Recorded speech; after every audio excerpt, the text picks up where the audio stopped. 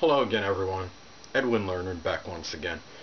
In this YouTube astrological segment, I'm going to be dissertating in talking about the Mars in Aries 2015 transit and how I believe, in my opinion anyway, that how it's going to impact the signs Libra, Scorpio, Sagittarius, Capricorn, Aquarius, and Pisces. Now, I'm going to be talking about, of course, the Sun, Moon, and Ascendant for people that have these signs in the Sun, Moon, or the Ascendant. So, anyway, people, first thing I want to get at, of course, okay, Libra. Now, Mars in Aries is going to emphasize the 7th house for Libra during this transit. And Mars in Aries is not one, obviously, to beat around the bush, and Libra might be more outspoken in connection with matters with partnerships, relationships in general during this period. It could also indicate that there might be some contentious, combative experiences with these people during this period. Now, if Libra is not currently involved in a relationship and has no significant other, this may be a period where this person's a little bit more forceful and aggressive and assertive in matters connected with this. Now, the 7th house also is associated with open adversaries and enemies, and it's connected with legal matters. So if there's for the few Libras out there that might be in a court battle right now, things might become a little bit more acerbic during this period in matters connected with this, and you're apt to be pursuing legal matters very aggressively if applicable. Well, the next sign, Scorpio. Now, Scorpio, we look at the Scorpio is going to be about the 6th house emphasis, and look at the 6th house. The 6th house is associated with health, employment, and we look at this, and perhaps for Scorpio, something in this period, there might be a lot more aggressive energy put into matters connected with employment. On the negative side, it could indicate maybe some quarrelsome, combative situations, perhaps with fellow employees. This might be a time for Scorpio where he or she might pursue some kind of health regime or get on some nutrition program or workout regime or program and pursue it very vigorously. But the key is, considering that Mars in Aries can be impatient, is that if you don't see instantaneous results in these matters with health, you don't become impatient, because matters with health can often be a very methodical process. Somebody starting a workout program actually may not really see much visible results until at least 3 months after the start of it. So that's something to consider as far as Scorpio goes during this period. Now, the next sign, Sagittarius. Well, for the 5th house is what's emphasized during this period, and if Sagittarius, Sun, Moon, or Ascendant, if you don't have a romantic partner in your life at this point, it might be a period where you might very strongly, aggressively, and assertively pursue matters with this and really seek out a romantic partner. It could indicate, since Mars rules sex as well, that you really might be seeking something for as far as a strong sexual romantic relationship during this period. You might the erogenous zone, so to speak, might be activated a little bit more strongly if Sagittarius is involved with a romantic partner at this point in time. On the negative side, though, it could indicate that maybe there might be some acrimonious and contentious experiences connected with a romantic partner. Now, the 5th house is also connected with fun, amusement, and creative things, endeavors, hobbies, and there might be a lot of more aggressive energy put into this at this point in time.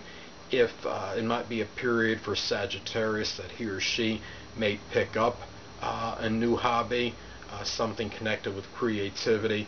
I would look out for gambling and speculation though, because the fifth house does rule that, and to make sure that if you're somebody that does gamble, that not to make too many, don't be too impulsive or reckless in matters connected with this point in time, because Aries can be very impulsive and impetuous. Mars in Aries, of course, what I'm saying is no exception. Now, the next sign I'm going to talk about is Capricorn.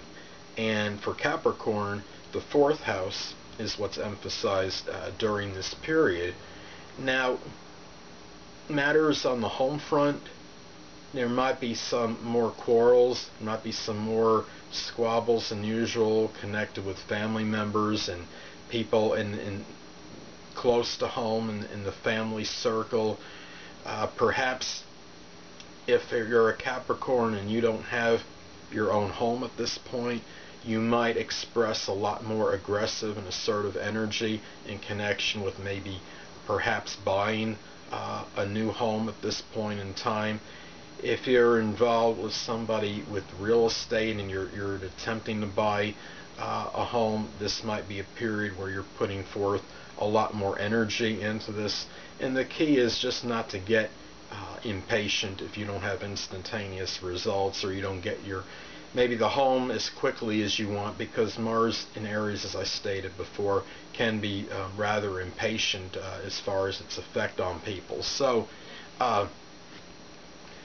now the next sign we'll talk about is Aquarius. Now for Aquarius, the third house is what's emphasized during this period. Now Aquarius is a sign, we know it's a very selfless humanitarian sign, and generally, I mean, Aquarius we don't see as a sign that really is known to be acerbic, but in this particular transit, Aquarians might experience more combative situations with their communications.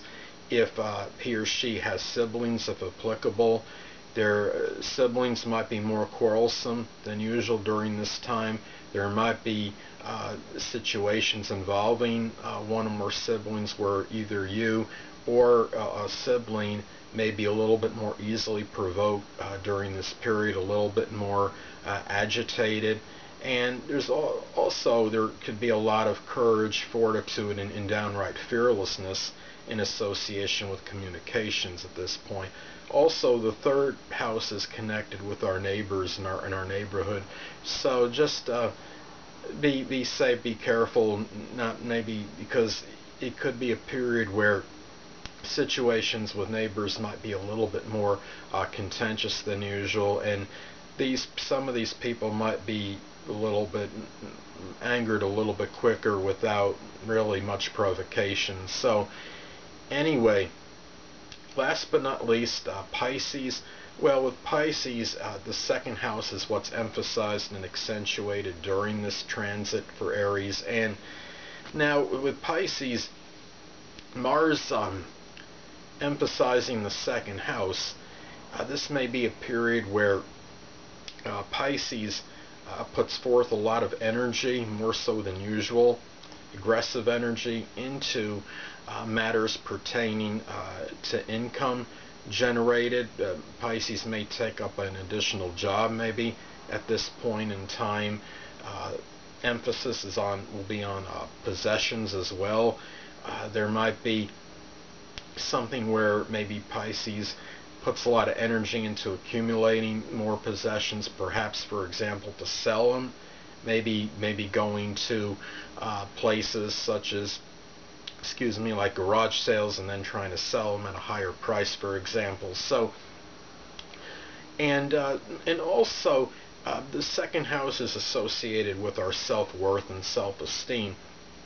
So Pisces during this period may put forth a lot of aggressive and assertive energy in connection with this. And really it could be something where, with the second house connected with monetary matters, that Pisces during this time may very strongly put a lot of energy into just acquiring things, such as acquiring more possessions. things associated with a bank account, if applicable, trying to really generate more money than usual during this time. So you might see, and also second house is connected with making money, generating income, and often when a person does this, they work laboriously. So there might be a little bit more work that Pisces is doing during this period, and will pursue this with a lot of Aries aggression during this time. So anyway, people, that'll conclude this YouTube astrological segment for the Mars in Aries 2015 transit part 3. And stay tuned next time, where I'll be continuing the series that I'm pretty much talking about. And that series, not remembering it off the top of my... Okay, it's Empty Houses, I'm sorry. My Empty Houses series. I went empty momentarily there. Well, two things I want to get with you on before I head out. Firstly, the stars may impel but do not compel. And secondly, never isolate any single astrological element, aspect, planetary placement, position, configuration, influence, or what have you, and make an analysis of a person, astrologically speaking, based on this alone. Because a person, astrologically, is the sum of all their components in their natal chart, and not just one. Until next time, people, stay well.